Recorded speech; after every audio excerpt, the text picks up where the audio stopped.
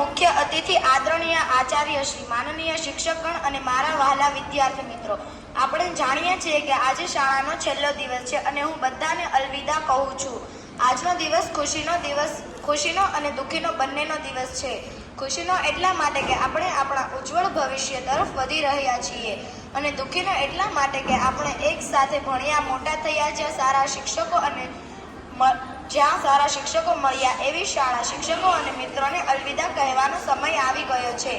આજે હું આ શાળાને અલવિદા કહું છું ત્યારે મને ઘણું દુઃખ થાય છે કારણ કે આપણે એક શાળાથી દૂર જઈ રહ્યા છીએ જ્યાં આપણે ભેદભાવ વગર પરિવારની જેમ રહેતા હતા. આજે આપણે આપણા શાળા જીવનની સારી યાદો આપણે આપણી સાથે લઈ જવાની છે. હું તમારા ઉજ્જવળ ભવિષ્યની શુભકામના આપું છું.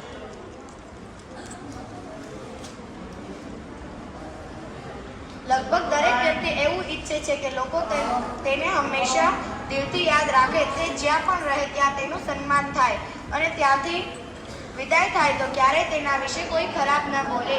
આ સત્ય છે કે આવું ઈચ્છે છે, પરંતુ મીઠી યાદો તેમની જ આવે છે જેઓ દરેક પળે જાગૃત રહે છે, સારો વ્યવહાર કરે છે, જેથી દરેક જગ્યાએ સન્માન મળે છે. માણસ પોતાની આદતોથી જ સન્માનિત થાય છે. તેને સિનિયર વિદ્યાર્થીઓએ હંમેશા શાળામાં સારો વ્યવહાર કર્યો છે, શિસ્તનો પરિચય આપ્યો છે.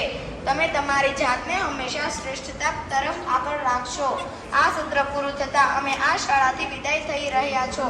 તમે ઘણા બધા આશીર્વાદ અને જ્યાં પણ જઈશું ત્યાં ખૂબ સારી રીતે ભણીશું, ખૂબ જ સારા કાર્યો કરીશું. जिंदगी एक शानदार सफर है, कोई मिलता है कोई जुदा होता है. इस सफर का मजा ही वही लेता है जो अपनी मंजिल पर फिदा होता है. બસ મિત્રો, સારા રાખજો. જિંદગીમાં એક સારો મિત્ર હજારો રિશ્તાઓથી સારો હોય છે. બધા મિત્રોને કહેવા માંગીશ કે અત્યારે તમે પરીક્ષાના સમયે ભણવામાં ધ્યાન આપો. આંખોમાં नींद बहुत है पर सोना नहीं है. यही उम्र है कुछ करने की मेरे दोस्त, इसे खोना नहीं है.